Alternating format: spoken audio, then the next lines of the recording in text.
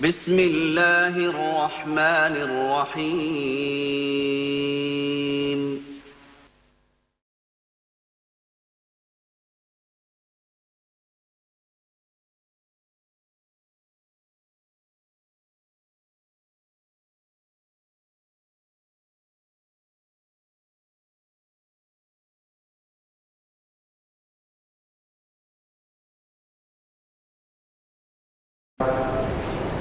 من يهده الله فلا مضل له ومن يضلله فلا هادي له واشهد ان لا اله الا الله واشهد ان محمدا عبده ورسوله ارسله بالهدى ودين الحق ليظهره على الدين كله ولو كره المشركون.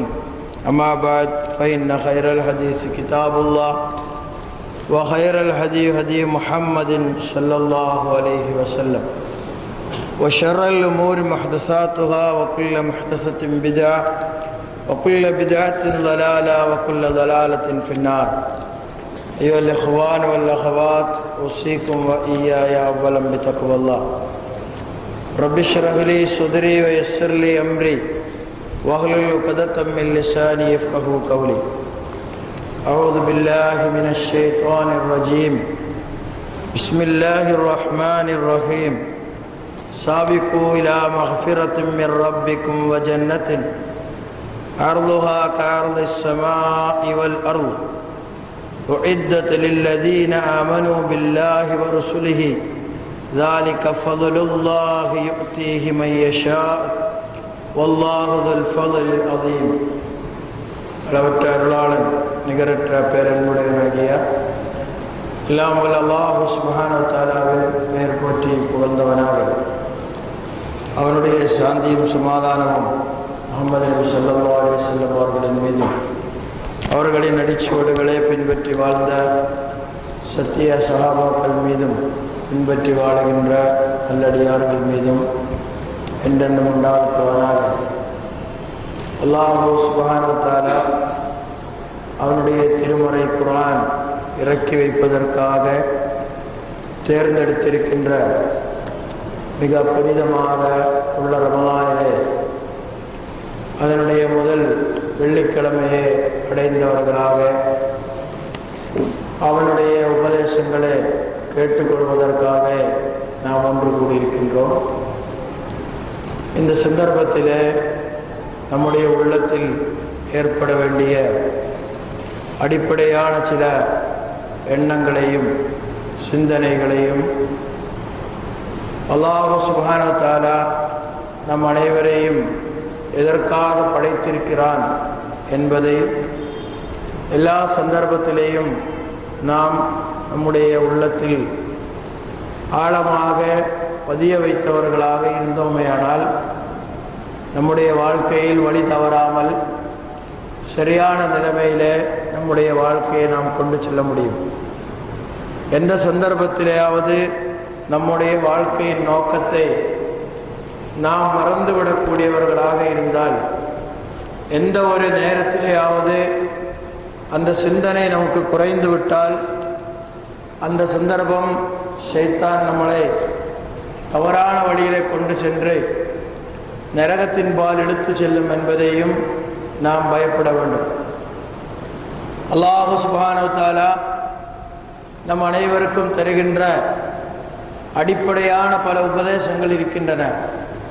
அந்த உபதேசங்களிலே ஒரு வசனத்தை தான் இந்த உரையின் ஆரம்பத்தில் உங்களுக்கு நினைவுபடுத்தினேன். 57வது அத்தியாயத்தினுடைய 21வது வசனத்தில் அல்லாஹ் சுப்ஹானஹு வ தஆலா கூறுகின்றான், சாபிகு இலா மக்ஃபிரத்தின் மின் ரப்பிக்கும், உங்களுடைய இரட்சகரிடத்திலிருந்து வந்திருக்கின்ற பாவ மன்னிப்பிற்கு நீங்கள் விரைந்து வாருங்கள்.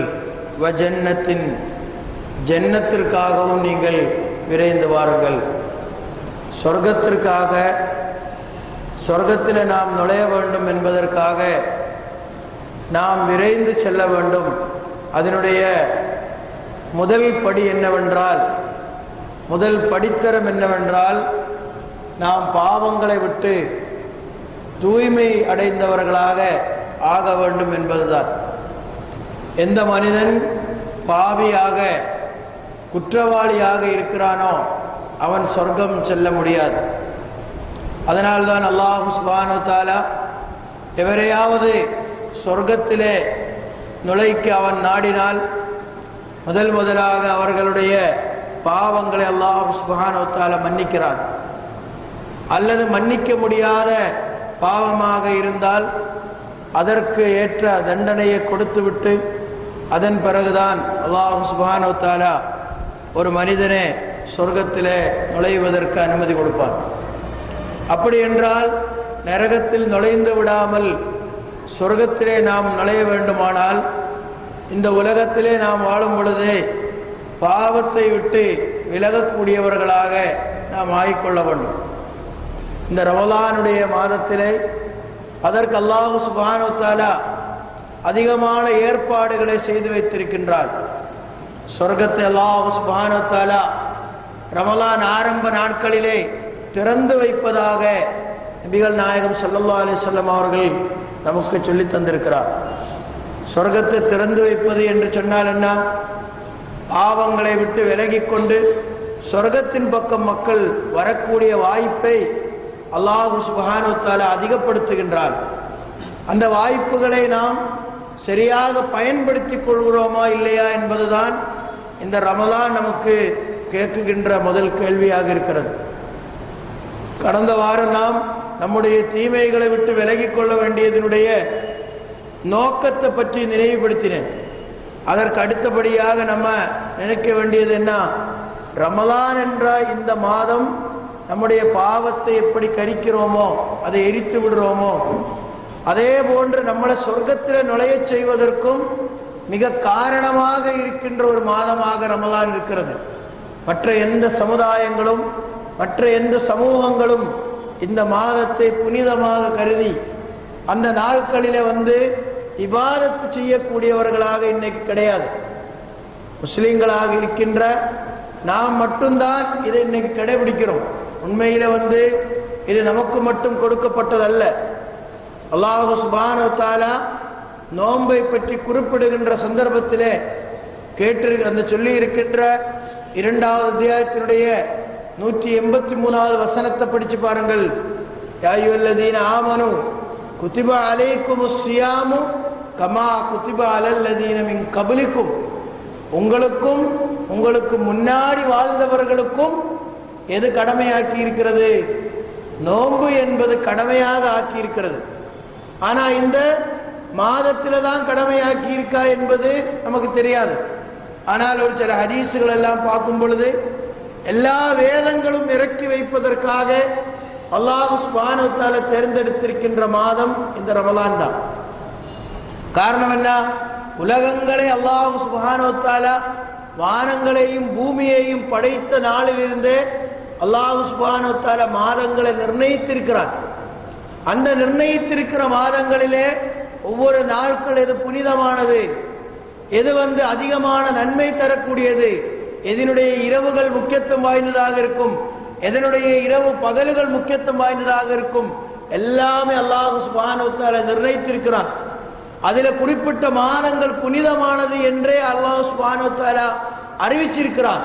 இதெல்லாம் உலகம் படைத்த நாளிலிருந்து அல்லாஹ் சுப்ஹானஹு வ தஆலா செய்திருக்கின்ற ஒரு முக்கியமான விஷயமாக இருக்கும் பொழுது கண்டிப்பாக முன்னாடி இருந்த சமுதாயங்களுக்கும் இதனுடைய முக்கியத்துவத்தை அல்லாஹ் சுப்ஹானஹு வ தஆலா சொல்லி கொடுத்திருப்பான்.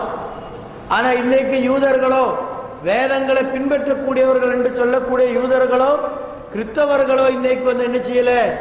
இந்த ரமலான் என்ற புனிதமான மாதத்தை அவர்கள் கைவிட்டாங்க. அல்லாஹ் சுப்ஹானஹு வ தஆலா புனிதமாக்கி இருக்கின்ற மற்ற 4 மாதங்களையும் அவங்க என்ன செய்யல? இன்னைக்கு கடைபிடிக்கல.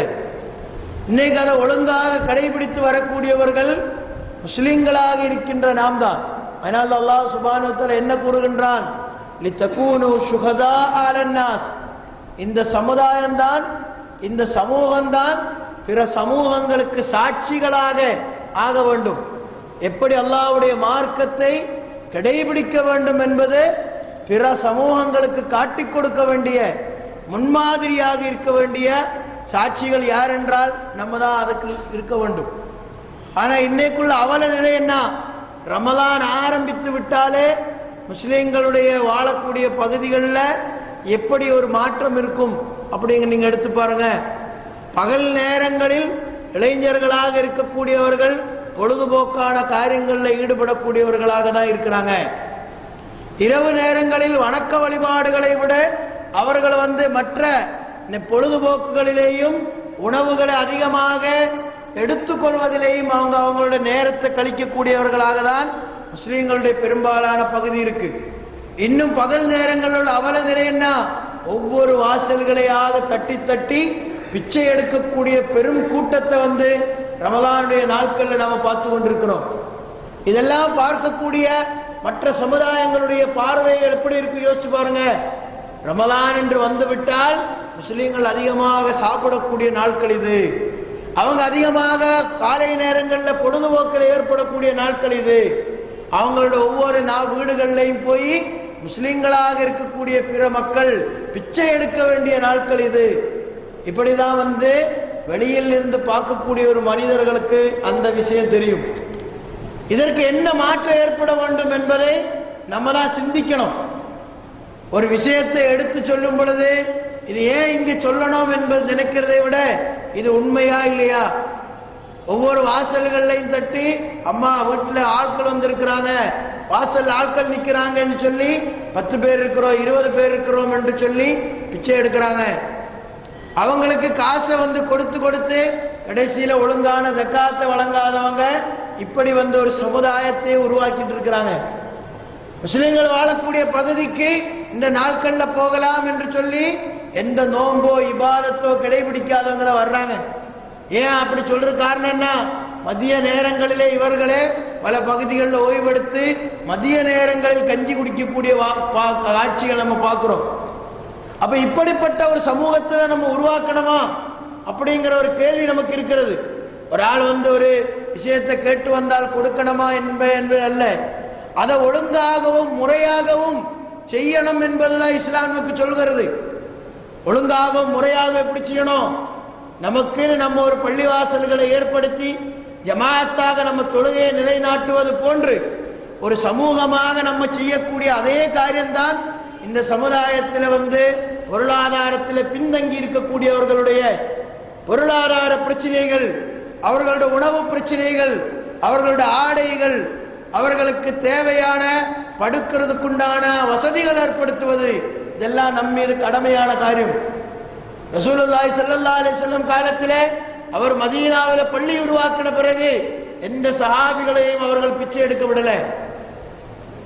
நீங்க வரலாறுகள் எடுத்து பாருங்க, ரசூலுல்லாஹ்விடத்தில் அவர்கள் கேட்பார்கள்.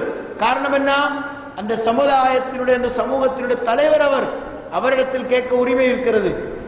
பிற மனிதர்களிடத்தில் கேட்பதுதான் இஸ்லாம் யாசகம் என்று சொல்வது. அந்த யாசகத்தினுடைய நிலைமை என்ன, யாசிக்க கூடியவர்களுடைய நிலைமை என்ன, எல்லாம் நமக்கு தெரிஞ்சதுதான். அப்ப நம்ம இதுக்குண்டான மாற்று வழிகளை நம்ம செய்யணும். அது செய்யாமல் இதை மட்டும் குறை சொல்றதுனால மட்டும் பயனடையாது. ஒரு ஆள் பொருளாதாரத்தை கேட்டு வரும்போது கடன் வழங்காமல் அவனை வட்டியை தடுத்ததுனால மட்டும் என்ன ஆகாது, வட்டி என்பது இந்த மார்க்கத்தில் இந்த மக்களிட்டிருந்து வெளியேறாது. மக்களுக்கு தேவையான சந்தர்ப்பத்திலே நியாயமான முறையிலே கால அவகாசத்துடன் கடன் கிடைக்கக்கூடிய வாய்ப்பு இருந்தால்தான் வட்டி ஒழிக்கப்படும். இன்னைக்கு என்ன பாருங்க, கம்மியான வட்டி கொடுக்கக்கூடியவன்ட்டு மக்கள் குவிறாங்க. காரணம் என்ன, வட்டி குறைச்சாவது கிடைச்சால் போதும், குறைந்த அளவிலாவது கிடைச்சால் போதும் என்ற நிலைமை இன்னைக்கு சமூகத்தில் இருக்கு. ரமலான் என்பது என்ன, ரமலான் என்பது பகல் நேரங்களில் நம்ம நோன்பு வைக்கிறோம், இரவு நேரங்களில் நம்ம தொழுது கொண்டிருக்கிறோம். இன்னும் சொல்ல போனால் அதிகமான குர்ஆனோடு தொடர்புடைய மாதமாக இருக்கிறது. அந்த மாதங்களிலே நம்ம ஒரு மாதம் முடியும் பொழுது இந்த சமூகத்தில் உள்ள பிரச்சனைகளுக்கு தீர்வு காணக்கூடிய மாதமாக இருந்தால் ஒவ்வொரு ரமலானையும் மக்கள் வரவேற்பாங்க. அது ஜக்காத்து என்பது அதனுடைய உரிமை உள்ளவனே அந்த ஜக்காத்து தேடி செல்லும். ஜக்காத்தை தேடி யாரும் போக வேண்டிய அவசியம் இல்லை. ரசூலுல்லாஹி ஸல்லல்லாஹு அலைஹி வஸல்லம் என்ன செஞ்சாங்க, ரசூலுல்லாஹ் தன்னுடைய ஆட்களை அனுப்பி வைத்து யார் யாரு ஜக்காத்து கொடுக்கிறதுக்கு கடமையாக இருக்கிறதோ அவர்களிடத்திலிருந்து அதை வாங்கி அது யாருக்கு உரிமை இருக்கிறதோ அவர்களிடத்தில் கொண்டு சேர்த்தார். இது எந்த மாற்ற கருத்தும் இல்லாத முஸ்லிம்கள் மத்தியிலே, முஸ்லிம் உலமாக்கள் மத்தியிலே ஏகோபித்த கருத்துள்ள விஷயம். இப்படி ரசூலுல்லாஹ் செஞ்சார்கள் என்பதிலே இந்த காரியத்தில் நாம் ஈடுபடமா வேண்டாமா? இதான் நமக்குள்ள கேள்விக்குறி. அது மாதிரி ரமலானுடைய பகல் நேரங்களிலே நம்ம எந்த உணவையும் எடுக்காதவர்களாக நம்ம இருக்கிறோம்.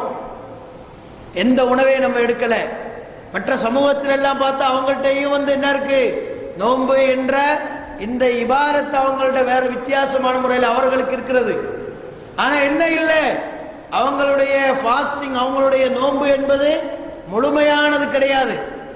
ஒரு சில ஆட்கள் குறிப்பிட்ட உணவுகளை சாப்பிடுவாங்க, தண்ணியை மட்டும் குடிக்கக்கூடியவங்க இருக்கிறாங்க.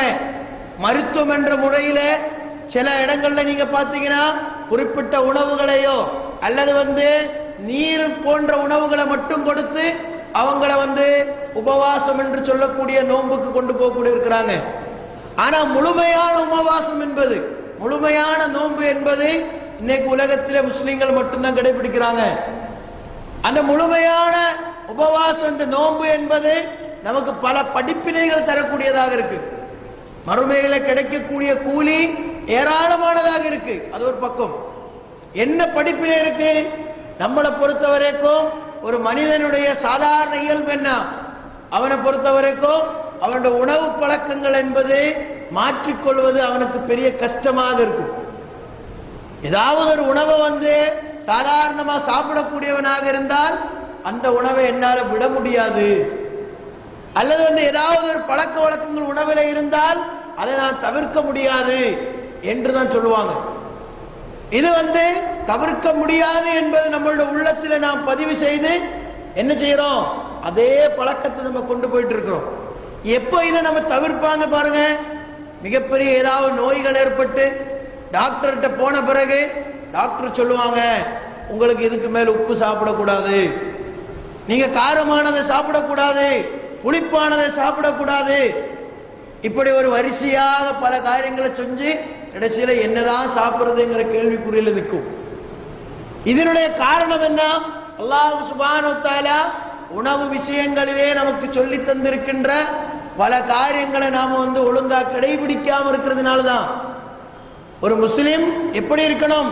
இன்னல்லாஹ யுஹிப்புத் தவ்வாபீன வ யுஹிப்புல் முத்தத்தஹிரீன். அல்லாஹ் உடல் அளவில சுத்தமாக இருக்கக்கூடியவர்களையும் பாவத்தை விட்டு விலகி பாவத்திலிருந்து சுத்தமானவர்களை பற்றி அவர்களையும் அல்லாஹ் சுப்ஹானஹு வ தஆலா நேசிக்கிறான். அப்படின்னா என்ன வேணும்? ஒரு முஸ்லிம் தீமைகள் செய்யாமல் இருந்து சுத்தமானவனாக ஆக வேண்டும்.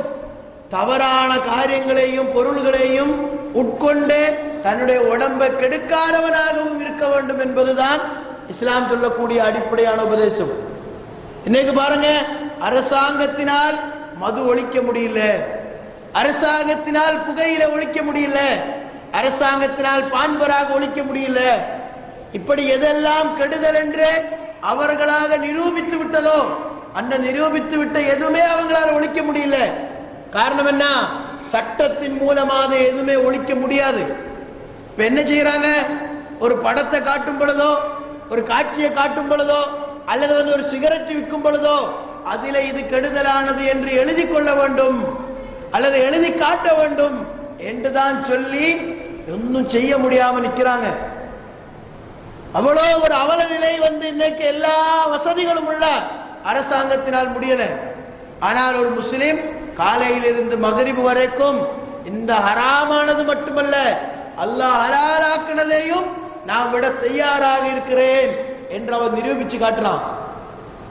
இந்த நிரூபிச்சு காட்டுறதுக்கு அவனை எது தடுக்குது? அவன் தீமை செய்வதற்கு எந்த அரசாங்கம் அவனை தடுக்கல, பாப்பா உம்மா தடுக்கல, சமூகம் அவனை தடுக்கல.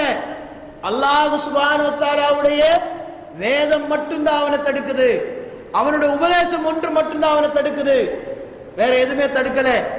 ஒரு உதவி செய்யும் பொழுது கொஞ்சம் தண்ணியை நம்ம குடிச்சா அது யாருக்கு தெரியும்? மற்ற நேரங்களில் நமக்கு தெரியாம வீட்டுல போய் சாப்பிட்டா அது யாருக்கு தெரியும்? எத்தனையோ பேர் அப்படித்தானே வாழ்ந்துட்டு இருக்கிறாங்க. பகல்லையே சாப்பிடக்கூடியவர்களாக தான் எத்தனையோ முஸ்லீம்களுடைய ரமலானுடைய நாட்கள் கழிஞ்சு கொண்டிருக்கிறது. ஆனால் ஏன் நம்ம சாப்பிடாம இருக்கிறோம்? ஏன் நம்ம குடிக்காம இருக்கிறோம்? மக்களுக்கு பயந்து கிடையாது. உடல் ஆரோக்கியத்துக்காக நம்ம அதை செய்யல, மாறாக எதுக்காக? என்னை படைத்த அல்லாஹ் சுப்ஹானஹு வ தஆலா என்னை பார்த்து கொண்டிருக்கிறான், அவனுக்கு இது தெரியும், அவன் இதை கவனித்துக் கொண்டிருக்கிறான், இதை அவன் பதிவு செய்கிறான், இது நாளை எனக்கு புத்தக வடிவத்திலே நான் படிக்கக்கூடிய வடிவத்திலே எனக்கு கொடுக்கப்படும். அந்த பயம், அந்த பயத்தின் அடிப்படையில தான் காலையிலிருந்து மாலை வரைக்கும் நம்ம என்ன செய்கிறோம்? இந்த மாதிரி இபாதத்துகள்ல நம்ம ஈடுபடுகிறோம். அப்படியானால் மற்ற விஷயங்களிலேயும் இதே பயம் நமக்கு ஏற்பட வேண்டும். இது அல்லாஹ் சுப்ஹானஹு வ தஆலா என்ன கூறுகின்றான்? உங்களுக்கு நோன்பு கடமையாக்கி இருக்கிறது எதுக்கு தெரியுமா? லஅல்லக்கும் தத்தகூன், உங்களுக்கு தக்வா உண்டாக வேண்டும். எதில தக்வா? உணவில எந்த அளவுக்கு நீங்க தக்வாவை கொண்டு வந்துட்டீங்களோ, சாப்பிடக்கூடிய பொருள்கள்ல எந்த அளவுக்கு நீங்க அச்சத்துடன் பயத்துடன் அதை அணுகிறோமோ, அது மாதிரி மற்ற காரியங்களிலே உங்களுக்கு தக்வா வரணும். அல்லாஹ் இது மட்டுமா பார்த்து கொண்டிருக்கிறான்? இது மட்டுமா அல்லாஹ்வுக்கு தெரியும்? அல்ல, இது அல்லாத காரியங்களும் அல்லாஹ்வுக்கு அறிவான். அல்லாஹ்வுடைய அறிவில்லாமல், அவனுடைய பதிவேட்டில் பதிவு செய்யப்படாமல் எந்த ஒரு காரியமும் உலகத்திலே நடக்கவில்லை என்பது அல்லாஹ் சுப்ஹானஹு வ தஆலாவை அறிந்த ஒவ்வொரு மனிதனுக்கும் தெரியும். அவனுக்கு தெரியாம ஒன்று நம்மளால் செய்ய முடியாது. அப்படி இருக்கும் பொழுது நம்முடைய குடும்ப வாழ்க்கையில, வியாபாரங்களிலே, மற்ற மனிதர்களோடு நாம் பழகிக் கொள்ளக்கூடிய சந்தர்ப்பத்திலே, எல்லா சந்தர்ப்பத்திலேயும் இதே அல்லாஹ் நம்மளை பார்த்து கொண்டிருக்கிறான். இதே அல்லாஹ் சுப்ஹானஹு வ தஆலா ஒவ்வொன்றையும் விசாரிக்க கூடியவனாக இருக்கிறான். அந்த பயம் நம்மளுடைய உள்ளத்திலே ஏற்பட்டு விட்டால் எல்லா காரியங்களிலேயும் என்ன செய்ய முடியும்? நம்மளுடைய வாழ்க்கையில மாற்றம் ஏற்பட முடியும். அந்த பயம் எந்த சந்தர்ப்பத்திலே, எந்த குறிப்பிட்ட நேரத்திலே நம்மளை விட்டு விலகிக் கொள்றோமோ அந்த சந்தர்ப்பத்தில தான் நாம் தீமையின் பக்கம் அழைத்து செல்லப்படும். சஹாபிகள் தக்வா என்பதை பற்றி ஏராளமான விளக்கங்கள் கொடுத்திருக்கிறாங்க. குர்ஆனில் இருந்தும் ஹதீஸில் இருந்தும் அவர்கள் படித்து விளங்கிக் கொண்டதை உமர் ரலியல்லாஹு அன்ஹு அவர்கள் தக்வாவை பற்றி விளக்கினார்கள். அது மாதிரி பல சஹாபிகளும் விளக்கினார்கள். அதனுடைய சுருக்கம் என்ன? அன் தஅமல பிதாஅத்தில்லாஹி அலா நூரின் மினல்லாஹ், நம்ம ஒவ்வொரு காரியங்களையும் அல்லாஹ்வுக்கு கட்டுப்பட்டவர்களாக, அல்லாஹ்வுடைய ஒளியின் அடிப்படையிலே அந்த காரியங்களை செய்து கொள்வது, நம்முடைய இஷ்டத்தின் அடிப்படையில் மார்க்கத்தை செய்வதல்ல. அல்லாஹ் சுப்ஹானஹு வ தஆலா அவருடைய வஹியாக எது நமக்கு செய்ய வேண்டும் என்று கட்டளையிட்டு இருக்கிறதோ அதை செய்யக்கூடியவர்களாக ஆக வேண்டும் என்பதுதான் தக்வாவினுடைய ஒரு அடிப்படையான விஷயம். அதை எதுக்காக செய்யணும்? அன் தர்ஜு சவாபல்லாஹ், அல்லாஹ்வுடைய கூலியை எதிர்பார்த்தவர்களாக. நம்மளுடைய ஒவ்வொரு காரியங்களுக்கும் நம்ம வெள்ளிக்கிழமை வர்றோம், ஒரு அரை மணி நேரமோ 3/4 மணி நேரமோ எந்த காரியத்திலே ஈடுபடாம பொறுமையாக பள்ளியில உட்கார்ந்து உரையாற்றக்கூடியதை கேட்டால் நமக்கு எவ்வளவு நன்மை இருக்கு. இந்த சந்தர்ப்பத்திலே அல்லாஹ்வுடைய வானவர்கள் இங்கு அமர்ந்து கொண்டு அல்லாஹும்ம ஃபிர் லஹு அல்லாஹும்ம ரஹம்ஹு இது சொல்லிக்கொண்டே இருப்பாங்க. நமக்கு அது காதுல படல, கண்ணுல நமக்கு தெரியல, ஆனா மறைவான ஞானம் அறிவிச்சிருந்திருக்கின்ற ரசூல் ஸல்லல்லாஹு அலைஹி வஸல்லம் சொன்னாங்க, நீங்கள் பள்ளிவாசல்கள் அமர்ந்து கொண்டு அல்லாஹ்வுடைய மார்க்கத்தை பற்றி நீங்க தெரிந்து கொள்வதற்காக நீங்கள் அமர்ந்து கொண்டிருக்கக்கூடிய சந்தர்ப்பத்திலே அதற்கென்று ஏற்படுத்தப்பட்ட வானவர்கள் உங்களுக்காக பிரார்த்தனை செய்வார்கள். என்ன செய்வாங்க? அல்லாஹ் இவனுக்கு நீ மன்னிக்க வேண்டும், அல்லாஹும்ம ரஹம்ஹு அல்லாஹ் இவனுக்கு நீ கருணை செய்ய வேண்டும். இது நமக்காக சொல்லப்பட்டு கொண்டே இருக்கிறது. அப்ப அந்த அல்லாஹ்விடத்தில் நாம் கூலியை பெற வேண்டும் என்பதற்காக என்ன செய்யணும்? அல்லாஹ்வுக்கு கட்டுப்பட்டவர்களாக, அவருடைய உபதேசத்தின் அடிப்படையில் அவர்களுக்கு கட்டுப்பட்டவர்களாக நாம் ஆக வேண்டும். அல்லாஹ் நமக்கு எதெல்லாம் தடை செய்திருக்கிறதோ அதெல்லாம் விட்டுவிடக்கூடியவர்களாக ஆக வேண்டும். அலா நூரின் மினல்லாஹ், அல்லாஹ்விடத்தில் இருந்து வரக்கூடிய அந்த ஒளியின் அடிப்படையில. இதுதான் தக்வா என்பதனுடைய அடிப்படையான விஷயம். இதுதான் அல்லாஹ் சுப்ஹானஹு வ தஆலா நமக்கு எது எல்லாம் செய்யலாம் என்று நமக்கு ஏவி இருக்கிறதோ அதையெல்லாம் செய்யக்கூடியவர்களாக, இதெல்லாம் மார்க்கத்தின் அடிப்படையில் நன்மையாக இருக்கிறது என்று தேடி கண்டுபிடிச்சு அந்த நன்மையான காரியங்களை செய்யக்கூடியவர்களாக நாம் ஆகிவிட்டால் மறுமை நாளிலே மனிதர்கள் எல்லாம் ஒன்று கூட்டப்படும் பொழுது அல்லாஹ் சுப்ஹானஹு வ தஆலா சொர்க்கத்திற்கென்று பல வாசல்களை ஏற்படுத்தி இருக்கிறதுல ரையான் என்ற ஒரு வாசல். அந்த ரையான் என்ற வாசல்களிலிருந்து அழைப்பு கொடுக்கப்படும். நோம்பாளிகள் யார் யாருக்கு எல்லாரும் இருந்துச்சு நில்லுங்க, அவர்களுக்கு தான் அழைப்பு வரும். நோம்பாளியாக இருந்தவர்களுக்கு இந்த வாசல் வழியாக நீங்கள் சொர்க்கத்தில் நுழைந்து விடலாம். நம்ம நினைக்க எந்த வாசல் வழியா போனா என்ன சொர்க்கத்திற்கு, அதுல என்ன சிறப்பு இருக்கு நம்ம நினைக்கிறோம். இந்த ஹதீஸை படிக்கக்கூடிய ஹதீஸை பல ஆட்கள் அது மாதிரி சொல்லி இருக்கிறாங்க. அப்படின்னு என்ன அர்த்தம்? நம்ம நினைக்கிற மாதிரி வீட்டுக்குள்ள நுழைறதுக்கு நம்ம வாசலுக்கு எந்த சிறப்பும் இருக்காது. அல்லாஹ் ஏற்படுத்தி இருக்கிற சொர்க்கத்தினுடைய வாசல்கள் அப்படி அல்ல. ஒவ்வொரு வாசல்களும் சிறப்புக்குரிய வாசல்கள். அதில நுழையும் பொழுது அதற்கென்று மனிதனுக்கு சில சுகங்களை, சில வித்தியாசமான அனுபவங்களை அல்லாஹ் சுப்ஹானஹு வ தஆலா ஏற்படுத்தி வச்சிருக்கிறான். அல்லாஹ் சுப்ஹானஹு வ தஆலா அதனால்தான் நோன்பை பற்றி சொல்லும் பொழுது சொன்னாங்க, அஸ்ஸௌமுலி, நோன்பு எனக்கு மட்டும் உரியது என்று அல்லாஹ் சொன்னான். என்னது? மற்ற எல்லாமே அல்லாஹ்க்காக நம்ம செய்யறோம். அப்ப ஏன் நோன்பு மட்டும் எனக்குரியதுன்னு அல்லாஹ் சொல்றான்? நம்ம இப்படி சிந்திச்சு பார்க்க வேண்டும். அதற்கு ரசூலுல்லாஹி ஸல்லல்லாஹு அலைஹி வஸல்லம் சொன்ன ரியாஹ் என்ற விஷயத்தை நம்ம படிச்சாதான் அது தெரியும். மற்ற எந்த காரியத்தையும் பிறர் பார்ப்பதற்காக நம்ம செய்ய முடியும். மற்ற எந்த காரிய இபாதத்துகள், சதக்காக்கள், ஹஜ், உம்ரா எல்லாம் எடுத்து பாருங்க, பிறர் செய்யும்படி, பிறர் பார்க்கும்படி அந்த காரியத்தை நம்ம செய்யலாம். ஆனா ஒருத்தர் நோம்பாளியாக இருக்கிறான் என்பது அவனுக்கும் அல்லாஹ்வுக்கும் மட்டும்தான் தெரியும். நோன்பு இல்லைங்கிற சில சந்தர்ப்பத்தில் வெளியே தெரிஞ்சாலும் நோம்பாளியாக இருக்கிறான் என்பதை அல்லாஹ்வுக்கு மட்டும் தெரியும். அல்லாஹ் அறிந்தவனாக இருக்கிறான், அதற்கு அல்லாஹ் கூலி வழங்கக்கூடியவனாக இருக்கிறான் என்ற எண்ணத்துடன் ஒரு காரியத்தை செய்யும் பொழுது அல்லாஹ் சுப்ஹானஹு வ தஆலாவே எதிர்பார்த்து ஒரு காரியம் செய்ததினால அல்லாஹ் அவனை கண்ணியப்படுத்துவான். அதற்கென்று அல்லாஹ் வாசல்களை ஏற்படுத்தி வச்சு நீங்க இந்த பக்கம் நுழைந்து விடுங்கள் என்று அல்லாஹ் அழைப்பு கொடுப்பான். வானவர்கள் அந்த நோம்பாளிகள் எல்லாம் நுழைந்து விட்ட பிறகு அந்த வாசல் அடைக்கப்படும் என்று ரசூல் ஸல்லல்லாஹு அலைஹி வஸல்லம் சொல்லி தந்தாங்க. இப்ப அந்த வாசல்ல நம்ம நுழைய வேண்டும், அந்த நன்மையை நாம் அடைய வேண்டும் என்ற எண்ணம் நமக்கு ஏற்பட்டால் அதற்கு நாம் பயன்படுத்தக்கூடிய ஒரு புனிதமான நாட்கள் தான் இந்த ரமலான். அது மட்டுமல்ல, ரமலானை பொறுத்த வரைக்கும் ரசூலுல்லாஹ் சொன்னாங்க, ஒரு நோம்பாளிக்கு இரண்டு மகிழ்ச்சி இருக்கிறது. ஒரு நோம்பாளிக்கு இரண்டு விதமான சந்தோஷம் அவனுக்கு ஏற்படும். முதல் சந்தோஷம் என்ன? அது இந்த பூமியில அவனுக்கு கிடைக்கக்கூடியது. இரண்டாவது சந்தோஷம் அது அவனுக்கு மறுமை நாள்ல கிடைக்கக்கூடியது. முதல் சந்தோஷம் என்ன? உணவு நம்ம சாப்பிட்டு அதிகமாக சாப்பிட்டு எந்த உணவுக்கு இப்ப டேஸ்ட் கிடையாது. அந்த அளவுக்கு நம்மளோட நிலைமை ஆகிவிட்டோம். ரொம்ப காரமாக இருந்தாலோ, ரொம்ப வாய் எரியிற மாதிரி இருந்தாலோ தான் இப்ப உணவுக்கு டேஸ்ட் வருன்ற நிலைமை ஆகி போச்சு. என்ன காரணம்? அவ்வளோ வித்தியாசமான உணவை சாப்பிடக்கூடிய காலத்தில் நம்ம வாழ்ந்துட்டு இருக்கிறோம். அந்த சந்தர்ப்பத்தில் தான் பசிக்கு பிறகு உணவு கொடுக்கப்படும் பொழுது அவனுக்கு எந்த உணவு எடுத்தாலும் டேஸ்டா இருக்கு. வெறும் பச்சை தண்ணிக்கு இவ்வளோ இனிப்பா இருக்கிறதா என்பது எப்ப தெரியுது? காலையிலிருந்து மகரிபு நேரம் வரைக்கும் பட்டினியா கடந்தவன் அந்த கஞ்சியோ தண்ணியோ அவன் அருந்தும் பொழுதுதான் அது இவ்வளவு டேஸ்டா இருக்குன்னு அவனுக்கு தெரியும். இதே நிலைமையில நமக்கு காலையிலிருந்து மாலை வரைக்கும் அதை நம்ம அனுபவிக்கிறது கஷ்டமா இருக்கு. ஆனால் வருடம் பூரா நோன்புல இருக்கக்கூடியவங்க இருக்கிறாங்க. சோமாலியா போன்ற பகுதிகளில் உள்ள மனிதர்கள் அங்கே எப்படி இருக்கிறாங்க என்பது உங்களுக்கு தெரியும்.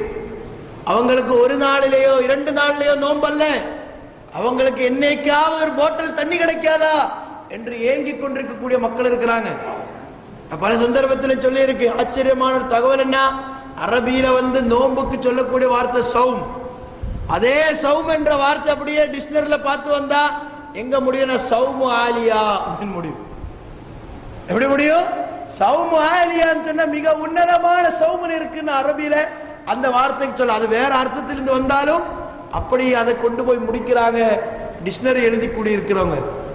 அந்த நிலைமை அவங்களுக்கு என்னைக்குமே இருக்கு. இது மட்டுமல்ல, நம்ம நினைக்கிறோம் எந்தைக்காவது ஒரு பகுதியில மட்டும்தான் மக்கள் பட்டினியா கிடக்கிறான்னு இல்ல, நம்மளுடைய ஊர்களையும் பல இடங்கள்லையும் கைதியாக்கப்பட்டு உணவு கிடைக்காம பல மக்களும் இப்படி நிலைமையில தான் அவங்க இருக்கிறாங்க. நம்மளால என்ன செய்ய முடியும் என்பதை நாம் சிந்திக்க வேண்டிய சந்தர்ப்பம் கூட இந்த